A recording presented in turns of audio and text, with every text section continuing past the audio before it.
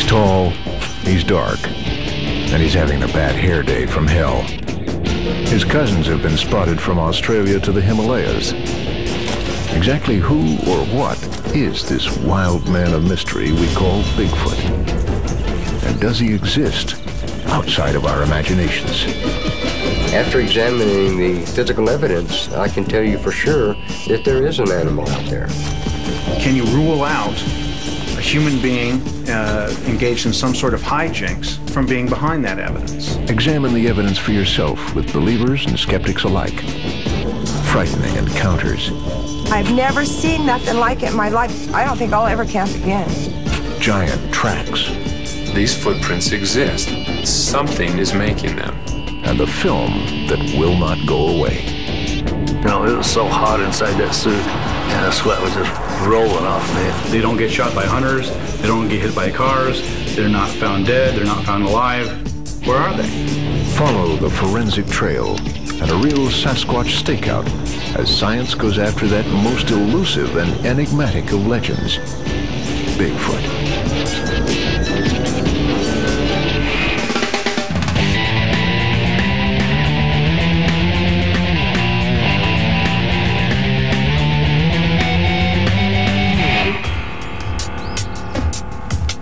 The first thing you need to know before you go looking for Bigfoot, if there's one of them out there, there must be thousands. Otherwise, they would have gone extinct long ago. But is there any reason to believe that these creatures actually exist? Every year, there are a few dozen new reports of Bigfoot encounters, many from witnesses whom you would expect to know the difference between a bear and a monster ape walking around on 2 feet. 50 years of Bigfoot tracks have been documented, a few showing what some scientists are convinced are the anatomical signatures of a large bipedal primate. Do we have pieces of evidence that people claim indicate that there's a giant hairy monster running around North America? Yes, there's evidence. There's all kinds of evidence. But the question you have to ask isn't whether there's evidence, is any of this evidence any good? I'm compelled to conclude that there's a very high probability that this creature exists. Real or myth, one thing is for certain. There's something very strange going on. Either the most important zoological discovery of our time is living in secrecy under the nose of modern science, or a whole lot of imaginative people are stalking our forests, the architects of a con that has taken on a life of its own. Our search for the truth behind Bigfoot begins in the forbidding mountains of Northern California called Six Rivers National Forest.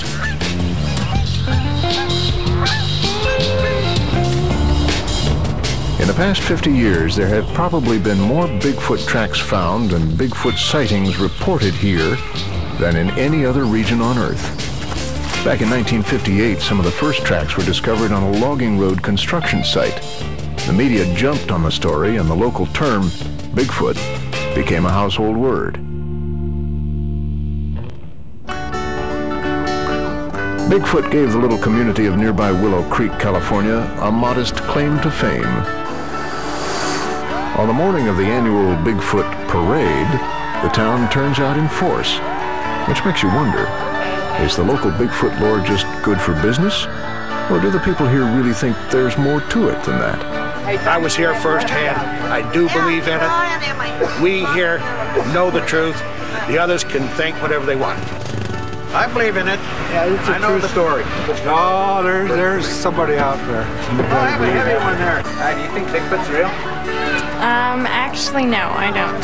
Yes, he is. The town of Willow Creek may have its skeptics and believers, but what about at the National Park Service headquarters here? There is no official position on Bigfoot, but Ranger John McDonald has his own opinions. From what I've heard from various sources that don't know each other, I think there's some credibility there. And I think it's worth looking for. People do not realize is there is a lot of remote area up here, really remote. But is it remote enough? Many biologists say that a minimum breeding population of large primates would number in the thousands, too many to escape detection. The fact of the matter is that many people have encounters or see things. that fit into this profile of an upright, broad-shouldered, flat-faced, hair-covered figure. Many of them just don't talk about it. People shouldn't underestimate the emotional power of a Bigfoot sighting. All these stories and anecdotes are at their core just eyewitness testimony.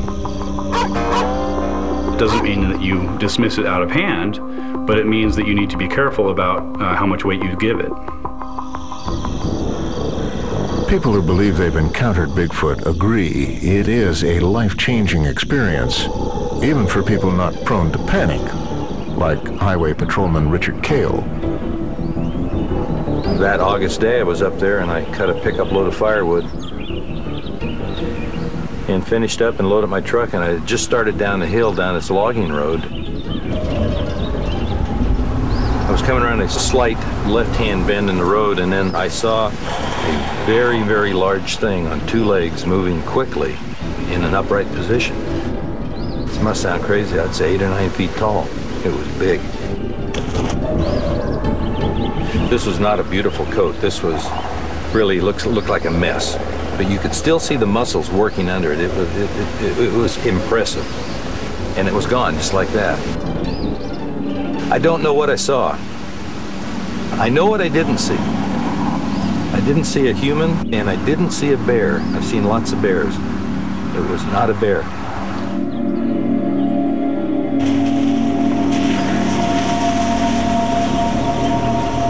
Recently, Catherine Markifer was camping with her sister on a nearby mountaintop. They were worried about bears until something much more frightening paid them a visit in the night. There was no one around, no one at all. My sister was a little scared, thinking a bear was going to get us. Sounds funny. I made her a bed in the back of the Jeep, and she was settling in. I looked out the window, and I thought I seen something and took a second look, and there was Bigfoot as big as day.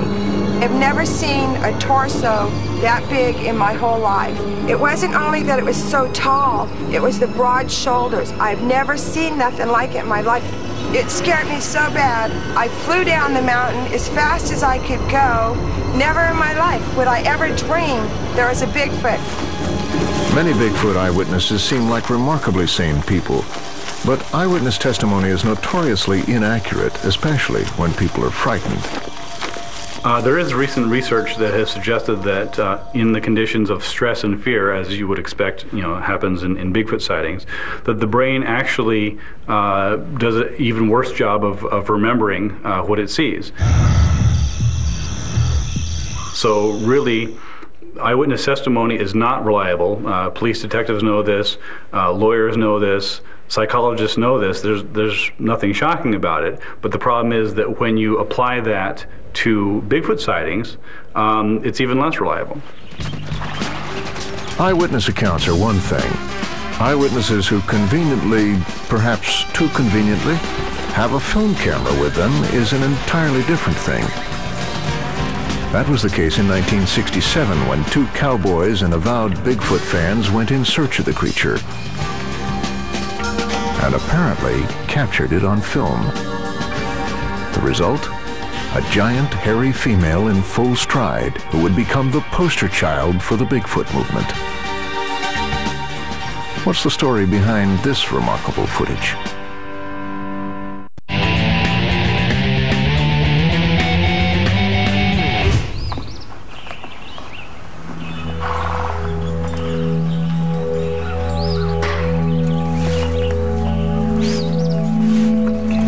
October 1967. Rodeo cowboy Roger Patterson was broke, fighting cancer, and obsessed with Bigfoot.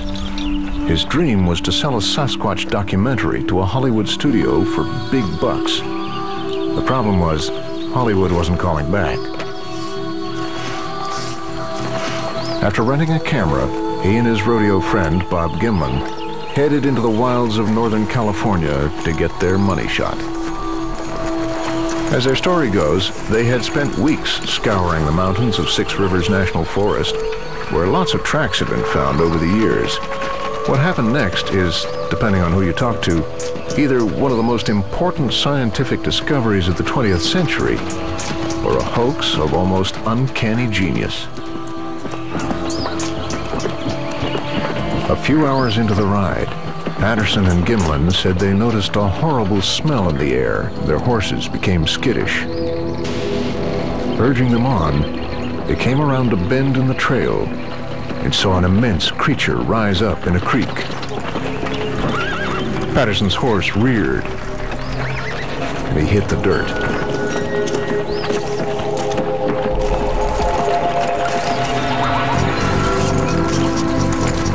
Scrambling up, he got out his camera and began to head after the creature. This is how the famous footage unfolds. Patterson apparently struggles to frame up a shot. As the camera settles down, there it is. At first, barely visible in the distance. A giant, hairy, upright figure. Patterson chases after the creature and finally gets a more detailed look. His subject, apparently a female, strides across a sandbar, then turns and looks. Here, in frame number 352, she reveals a face that many Bigfoot enthusiasts claim cannot possibly be a fake. In barely a minute, it was over. Patterson and Gimlin would make casts of the creature's tracks and unleash their evidence on the world. Roger Patterson would die of cancer in 1972, but his fleeting images refused to go away. Most scientists dismissed the film out of hand. It was clearly a guy in a suit. But enthusiasts are still obsessing over the film, frame by frame. And even established scientists like anthropologist Jeff Meldrum believe there's more here than meets the eye. To trivialize that piece of evidence as nothing more than a man in a fur suit is to diminish the significance of it, and to reveal a lack of appreciation of the sophistication of that piece of evidence. Because if it is a hoax, it's by far the most elaborate and sophisticated accomplishment that I've ever seen. We'll be dissecting the film and the tracks in greater detail later, but first we have to ask, if Bigfoot or Sasquatch exists, what on earth is it? Meldrum thinks it may be a descendant of Gigantopithecus, a giant extinct ape known only from a handful of fossils. If that's the case, then what we're dealing with is simply a parallel story of a large terrestrial hominoid, or ape, not human ancestor, but an ape ancestor, that evolved in a very similar direction as was experienced by early hominids in Africa under similar ecological conditions. So it will add a chapter which will provide interesting insights into our evolutionary history. Skeptics note that Bigfoot relatives are so widespread around the world as to point to another genesis, the human imagination. Ancient wildman legends are common to almost every wilderness on Earth. Native Americans call him Sasquatch. Australia claims the Yowie. Borneo has the Mayas. In Mongolia and Russia, there are numerous accounts of Almasty, a ferocious hominoid that some Russian scientists have suggested may be the descendants of Neanderthal. But of course, Bigfoot's most glamorous cousin and possible inspiration is the Yeti. In 1951, a reconnaissance expedition to Mount Everest found a set of mysterious tracks on a glacier at 18,000 feet. Expedition leader Eric Shipton, a highly respected climber, published a report in the Times of London. Yeti folklore was reborn as the abominable snowman, but major expeditions in search of the creature came up empty. Everest hero Sir Edmund Hillary would later come to the conclusion that the tracks were those of ordinary animals distorted by melting snow. But the beast was out of the bag. Was it this sensational news story that inspired the modern era of Bigfoot sightings in North America? To answer that, we have to get to the bottom of the Bigfoot evidence, literally. The giant footprints. Are they real or fake? Forensic experts, primatologists, and anthropologists have some intriguing and contradictory answers.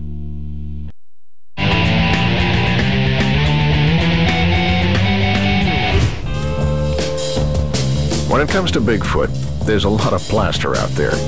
Casts of giant footprints number in the hundreds, even thousands. Broad, skinny, 5-toed, 3-toed, 6-toed. Nobody thinks they're all real. So clearly there are some folks out there with too much time on their hands and a penchant for mischief. When it comes to Bigfoot mischief, sometimes someone spills the beans. And in 2001, a story came out of Washington's Cascade Mountains that caused a huge uproar in the Bigfoot community. It was the story of Ray Wallace. Ray was apparently a serial planter of Bigfoot tracks, dating back to the 50s when he and his family lived in Northern California. The tracks that kicked off the Bigfoot craze in 1958 were discovered on one of his construction sites, and apparently this was no coincidence. As their story goes, Ray and his family moved from job to job up and down the Northwest, and the suspicious tracks followed them wherever they went. Don Buswell was one of Ray's close friends and confidants. Just a matter of making tracks and letting people discover them is what it boiled down to, and it was pretty effective. Ray managed to keep his secret from his own son, Michael, who found out about his dad's handiwork after he died. And this is what they used to do their pranks. They've had a lot of use. Ray's wife, Elna, put up with his hobby for over 50 years. I told him it was all right to do that, but I said, you might get in trouble. He said, oh, I'm not going to get in trouble. Ray's younger cousin, Dale Lee, was in the loop. He would never admit that he did anything. Absolutely. In fact, none of them would. There was a lot of other guys that worked with Dad, and they were involved, you know, in making prints. I mean, he was full of it. There ain't no doubt about that. And that's the same way he did with Bigfoot. He was just constantly doing something when he had the chance, you know. And they had straps on them, and we'd put them on our feet. It was pretty effective. Well, one of their favorites, I think, was to get her on the rope behind the pickup. It would kind of give them momentum to make these big strides, and some of these guys were pretty big fellas. You drive slow, and you just take these long steps, you know.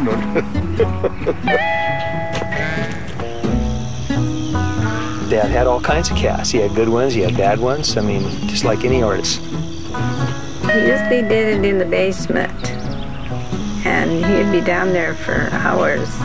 He was kind of a perfectionist, and each toe and everything had to be just so. He was developing a suit. You know, he was working on a suit. He had Mom in one once, and she was. I said, I'm not going to put that suit on. I said, look at that hill over there. If someone come over that hill, they'll shoot me. He went as far as he could possibly go, and figured on going a lot further if he hadn't got sick. Ray's tracks may, in fact, have kicked off the Bigfoot craze. But one hoaxer, or hundreds, do not necessarily rule out Bigfoot's existence. 2,000 miles away in Conroe, Texas, a forensic detective is on the Sasquatch case. Jimmy Chilcutt is a latent fingerprint expert with an unusual hobby. He is one of the few fingerprint specialists who is also an expert on primate prints. My job is to catch bad guys in Conroe, Texas. So I'm not out there and look for Bigfoot. But a few years ago, just for fun, he began to examine casts of Bigfoot prints. To his amazement, he found that some of the casts had dermal or friction ridges, which are like fingerprints on the bottom of the feet. For him, it was the beginning of a transformation from skeptic to believer. And I started examining it and noticed actual friction ridges that ran lengthwise down the foot. And the dermal ridges, the texture is about twice the thickness of a human. In humans, the ridge pattern goes across the width of the foot. In this cast, they go down the side of the foot. You know, this is something that we deal with every day. And when we see a ridge pattern flow that's completely opposite of human beings, then yeah, that is kind of shocking. Jimmy Felchuri was looking at the print of an unknown primate. It came from California in 1967. Even more surprising, Jimmy found another cast with the same ridge pattern, and it was taken hundreds of miles away in Walla Walla, Washington, 20 years later. And there was more. It had scars. And scars would be the most difficult thing to fake. Most people don't know it, but when you cut your finger below the epidermis, the friction ridges, as they heal, curl inward. And that's the same thing we have on the Walla Walla cast. You'll notice the scar and the friction ridges curling inward. And this is something that I won't say it can't be faked, but it would be very difficult, and the person faking would have to have a vast knowledge of biology and friction ridges. Chilcutt's conclusion? The evidence as I've examined is proof positive to me that there is an animal out there, some sort of primate running around in the Pacific Northwest. Not so fast, says Dr. Esteban Sarmiento. This man knows his primate prints, and he's not afraid to get down and dirty to prove it. As far as the cast of the footprints of Sasquatch, what I see is there's not a lot of consistency with the prints. And that gives another reason to maybe suspect that they could be manufactured. An expert in primate anatomy, Sarmiento has spent the last 2 years in Africa chasing big apes. And he decided the only way to approach the problem of Bigfoot tracks was to see if he could fake one for himself. A footprint with dermal ridges can be faked in a number of different ways. What I did in this case is I made a mold of a Bigfoot print, and I took imprints of dermal ridges of baboons, orangutans, and humans, and I stamped them on my mold. Using this technique, Dr. Sarmiento can stamp dermal ridges in whatever direction he likes, and even scar tissue on the soles of the cast. The other thing I can do is I can make a blow-up of my own foot. He does this by making a mold of his foot in silicone and then soaking it in paint thinner. The silicone soaks up the paint thinner like a sponge, and the result is a very big foot. I don't do this every day. It's not like my job. I think it's probably reached its limit, huh? This one I soaked for about 4 hours to get from this size to this size. You have the ball of the foot here, and you can see pretty good the details of the dermal ridge, especially like right there, huh? That looks like pretty good dermal ridge there. And I can really keep this process up indefinitely. I can keep on making casts of this and making it bigger and making another one and making it bigger ad infinitum. I can make one as big as this. It just would take the time and the effort, a little extra time. So even the most compelling of Bigfoot prints could be faked by someone with enough expertise and energy. But why would anyone put so much time and effort into messing with people's heads? I think the mistake that the advocates have always made is they've underestimated the ingenuity and resourcefulness of hoaxers. They assume that somebody is being dishonest or socially irresponsible, that they also must be stupid and incompetent. And I don't think that's the case at all. Some of these hoaxers are very, very creative, and scientists aren't used to looking at things this way. Skeptics and believers agree the most compelling Bigfoot tracks and sightings have been found in the American Northwest. But Bigfoot has been sighted from Florida to Alaska and just about everywhere in between, and his personality seems to change from place to place. So we're on our way to the bayous of Texas in search of a different kind of Bigfoot, one with a really bad attitude. He's also the target of a kill mission for the sake of conservation, Texas style.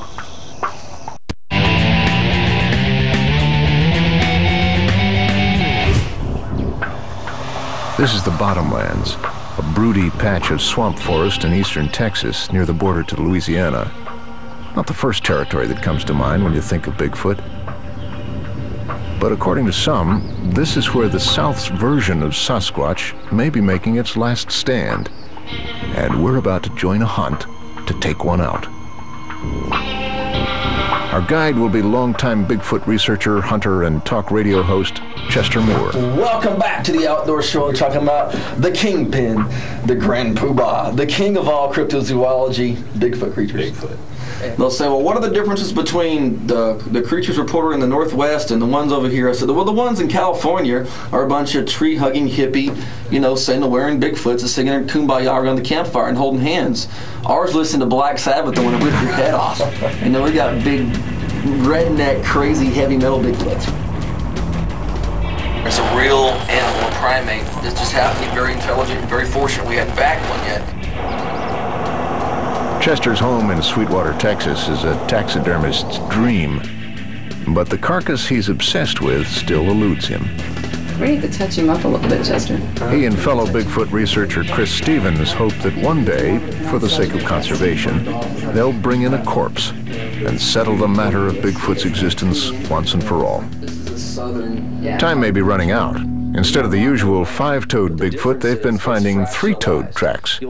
They suspect that human encroachment is taking a toll on southern Bigfoot's habitat and his sunny nature. And what I think is happening is I think you're having groups of these animals that are being basically genetically isolated and forced to inbreed to exist. And one of the first things that happens to even humans, weird things happen to your digits when you start inbreeding. And one of the things that inbreeding does to a lot of animals is make them more aggressive.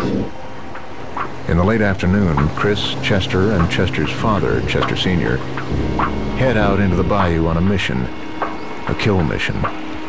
None of them has ever laid eyes on Bigfoot, but they are pretty sure Bigfoot has laid eyes on them. And 2 of their friends claim to have had sightings. No matter how dangerous southern Bigfoot may be, there's too much at stake for them to give up on the creatures. There's a big controversy in the Bigfoot community about whether or not we should harvest an animal, kill an animal, to prove finally once and for all that they exist. And I am definitely pro-kill. I think that we should kill an animal, prove that they exist so that we can protect their habitat. I'm going to mourn the kill, because it's not something I want to go out and shoot and hang on my wall, but at the same time, you got to do this for the good of the species. After several hours and no sound or sign of Sasquatch, the hunting party moves on, guns at the ready. At another stakeout spot, Chester explains that it is here where they have had some of their strangest encounters. It's a real promising spot that we're in right now. There have been all kind of vocalizations heard right in this zone from people. It's the only spot I go to that gives me the creeps. It's a very dark set of woods. It's just got a real creepy, intense vibe to it. As on previous stakeouts, the hunters eventually begin to feel like the hunted. I keep hearing something moving around back there. Something walking around right now. Whatever it was followed us in. One thing, when you're out here and you're not sure if the animal exists. It's another thing when you know that the animal out here is 7 or 8 feet tall and perfectly capable of ripping your arms off. We've had sticks thrown at us. We've had all kind of wild stuff happen. Apparently, something may be trying to encourage them to leave. Wild right here. This tree was placed here while we were over there. It wasn't here before. It was placed in the middle of the trail. They've been out here in the dead of night for hours, sure that Bigfoot was nearby. But finally, as dawn approaches, they decide to pack it in.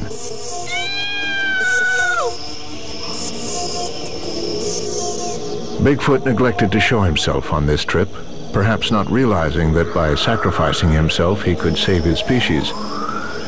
But Chester is undeterred. I'm honored that I'm able to have this kind of close encounter with one of God's most amazing creatures. That's cool. From Northwest's hippie Bigfoots to Texan killer Bigfoots, We now travel to Tennessee, where Bigfoot can be positively neighborly. The fact that Bigfoot takes on a different persona depending on what region you're from is actually to be expected, because if Bigfoot is in fact more of a social construct than a real creature, that would explain why. Here in the Smoky Mountains, a southern Bigfoot clan seems to be making another stand in the life and heart of Janice Carter. She claims to have grown up with an entire colony of Bigfoots who started visiting her grandfather 60 years ago. It may sound like a tabloid story, but her guest, Russian researcher Igor Burtsev, thinks she's the real deal.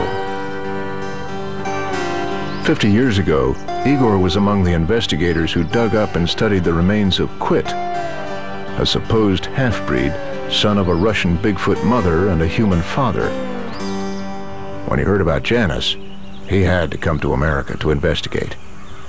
It was so exciting that we could not ignore this, because now we understand that she is a unique woman. She is only expert in the world who knows so much things about these creatures. She is like Jane Goodall for the chimpanzee. She was here in 99. And Janice's Bigfoot family is apparently so large that Igor is having trouble keeping them straight. Has no any children. He's trying to map out a genealogy. But now Shay is Nikki's son. Nikki had Shay. Janice claims that she's known Fox, the colony's patriarch, since she was 4. I don't see how he could be Fox's son. And Fox is black and has black skin. And how because her story has been greeted with skepticism, even within the Bigfoot community, Janice has been trying to gather evidence, but it is difficult. She says that Fox and the others are extremely camera shy. Apparently, she did gather some hair samples, which she got from Fox, much to his surprise, when he came to her door. March the 23rd of this year, he knocked on the door here, and he wanted garlic. They use garlic to keep mosquitoes and bugs off of him, and also I guess it's good for fleas and stuff too. But anyhow, he asked for garlic, and I asked him if he wanted powdered garlic, and he said no, he wanted the clove, and I happened to have some. Does he speak English? He speaks English, yes. What's his voice sound like? Very deep and gurgler. It's like, for him to say hello, it's like, ow. So I just eased up here. He reached out his hand, still had it like this, reached up, went to put the garlic in his hand, and reached up to this and pulled hair out of his wrist. His eyes got really big, and I'm standing here like this, and he said, thank you. Went down the bank and said, okay, we got it. Because Janice recalls endlessly watching the Bigfoot family in the wild, she's become Igor's key to understanding how the animal survives. Spent more time in the trees watching them than I did playing or doing anything. I was out from daylight to dark and just sitting up in the trees listening and watching. Janice claims to have witnessed the Bigfoot clan hunting on many occasions. They hunt in relays. The first one will run the deer toward that one, and that one will run it out in the open. They're faster on all fours than what they are on 2 feet. We clocked fox at 45 miles an hour on all fours. Igor offers to reenact the Bigfoot takedown technique. The one that initiates the kill then starts chasing the deer.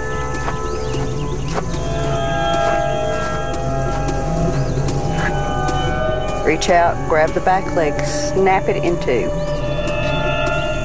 Reach up with the other hand to under the chin.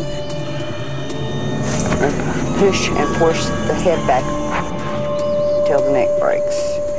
Then they'll take their fingernails, which are really sharp, and slit the belly. They take the innards out.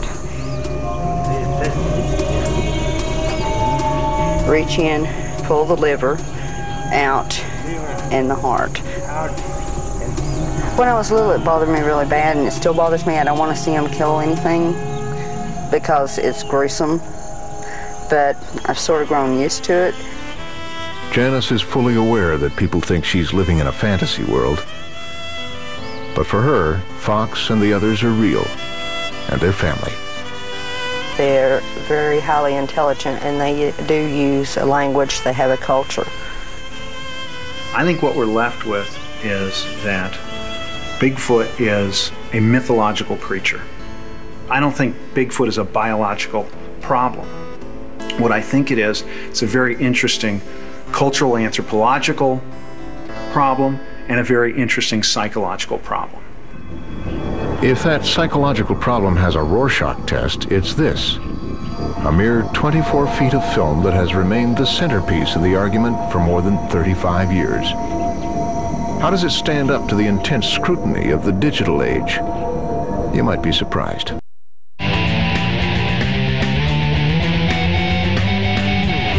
The rest of the community will do the same kind of thing, you know. Back in Texas, Bigfoot hunter Chester Moore has invited his friend and fellow enthusiast M.K. Davis over for an examination of the famous Patterson-Gimlin film. Davis, an amateur astronomer, has used skywatching techniques to dissect our very down-to-earth Sasquatch. Basically, technology has caught up with this film. This is a digital world, and you're able to do wonderful things through digital analysis. There you see it blinking its eye, and you see a scar on the forehead actually going up and down, as well as the eye blinking. That's not consistent with a stiff, rigid rubber costume. Not at all. It's only 2 frames apart, and you're looking at that kind of movement there, you're looking at something that's extremely dynamic. Of course, I've got the head stabilized, and that makes all this facial movement very easy to see. When it's proven and the body's brought in, it's going to be looked at as the most important biological film ever. I mean, I really believe that. Dr. Jeff Meldrum appreciates MK's enthusiasm for the subject, but suspects he might be reading a little too much into film grain. Still, his reading of the film leads him to the same conclusion. This is just not consistent with a hoax. With a distinctive, I can go on and name muscle group after muscle group that are evident, clearly evident, even given the limited resolution of the film. Here's a very clear shot of a frame that was enlarged when the film subject was still fairly close to Patterson. And so it affords us an exceptional view of some of the details of the anatomy. We can see the major muscle groups, such as the gluteus muscles. You can see the shoulder blades, and in the film in motion, see the movement of the shoulder blades as the arms swing, as they glide beneath the skin.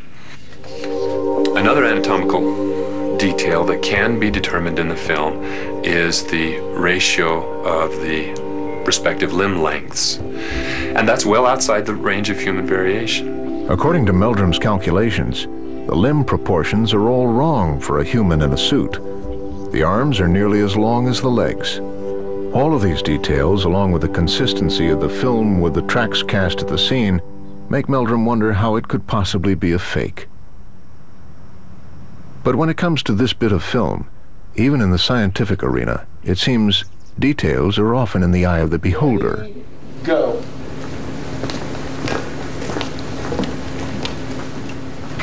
Okay, good.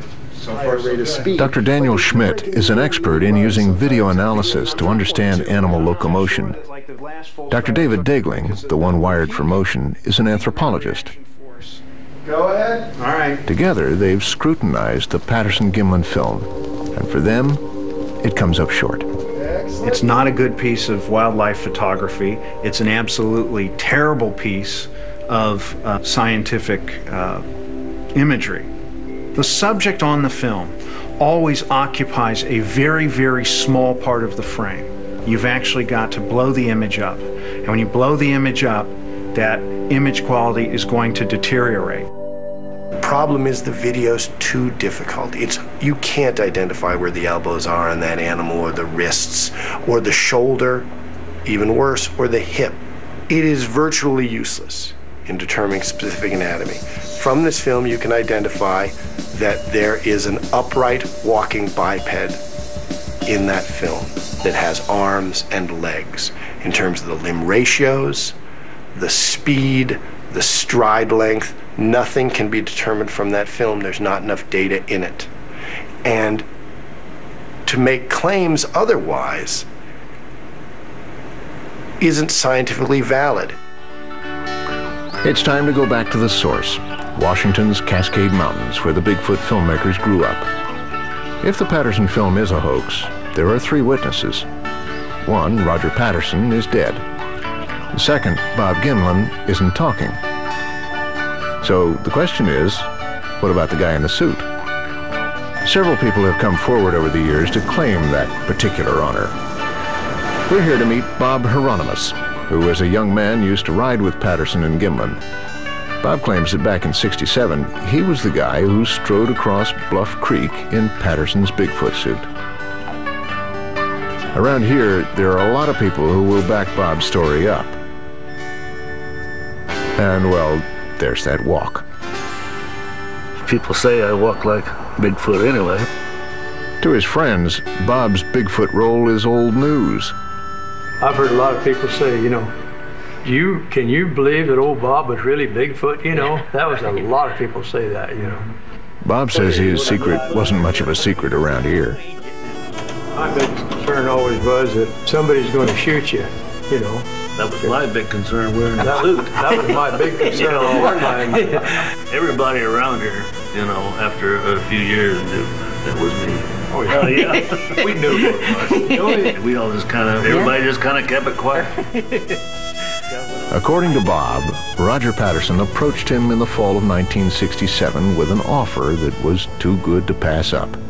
He wanted a pretty good sized guy, you know, somebody that they could trust to wear this Bigfoot suit.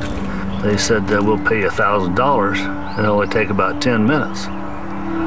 So I was 26 years old at the time. I jumped on it, you know. After a trial run in Yakima, Bob says, they all shook hands and agreed to rendezvous in California in a few weeks' time. They met up in Bluff Creek, home of the infamous Wallace tracks and many Bigfoot sightings. The next morning we got up and they made coffee and saddled up the horses, put the Bigfoot suit on the back of one of the horses. We went about, seemed like about a half a mile from where they were camped up into this place where they had picked out before I got there to film the Bigfoot film. We unloaded the suit, and of course they helped me in it. It was in October, you know, and I figured there'd probably be hunters. Most people go to the mountains and have a gun, you know.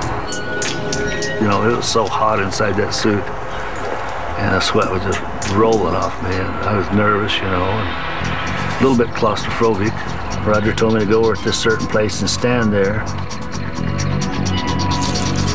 I got out there and waited, and he gave me the signal. He was sitting on my horse that he took down there, and so he took the camera and kind of went like that. You know, as you can see, the film is shaky. I started walking out across there, and I walked, I don't know how many yards it was, and I turned, you know, the old Bigfoot look and looked at him and went on. All this time, you know, waiting for a bullet to crack through my butt.